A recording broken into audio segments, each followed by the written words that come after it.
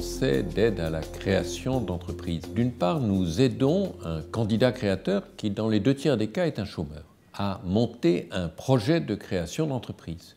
Une fois que ce projet est monté, nous le validons par un comité d'agrément de professionnels qui comprend des banquiers.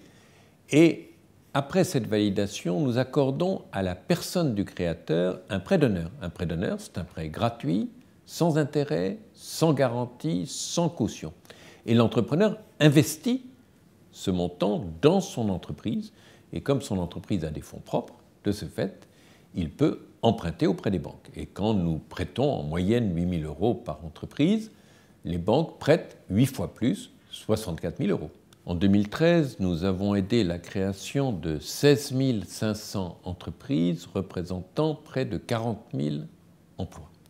Alors c'est bien d'aider beaucoup d'entreprises, c'est important aussi que ces entreprises réussissent.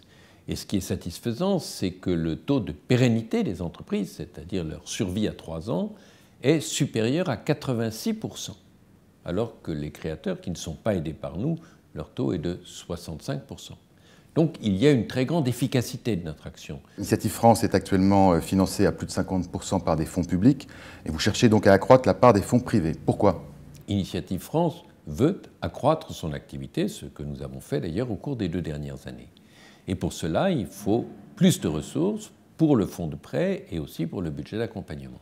Et donc nous nous tournons très naturellement vers le privé, que ce soit les entreprises, financières ou non, ou les particuliers. C'est une façon de participer à l'avenir de notre pays. Comment les particuliers peuvent-ils participer, soutenir l'action d'Initiative France ? Initiative France est maintenant reconnue d'utilité publique. Et donc le réseau national peut recevoir des dons en exonération d'impôt sur la fortune. Je rappelle que ces dons ouvrent droit à une réduction de 75% de leur montant de l'impôt sur la fortune. Et l'intérêt de ces dons, c'est que celui qui le fait peut décider soit de l'affecter au niveau national, soit au niveau régional, soit au niveau d'une plateforme locale. Nous avons 230 plateformes en France. Donc, chacun peut contribuer à l'activité économique sur un territoire auquel il est attaché pour des raisons économiques ou pour des raisons personnelles dont il veut voir la vitalité accrue. Louis Schweitzer, merci. Merci.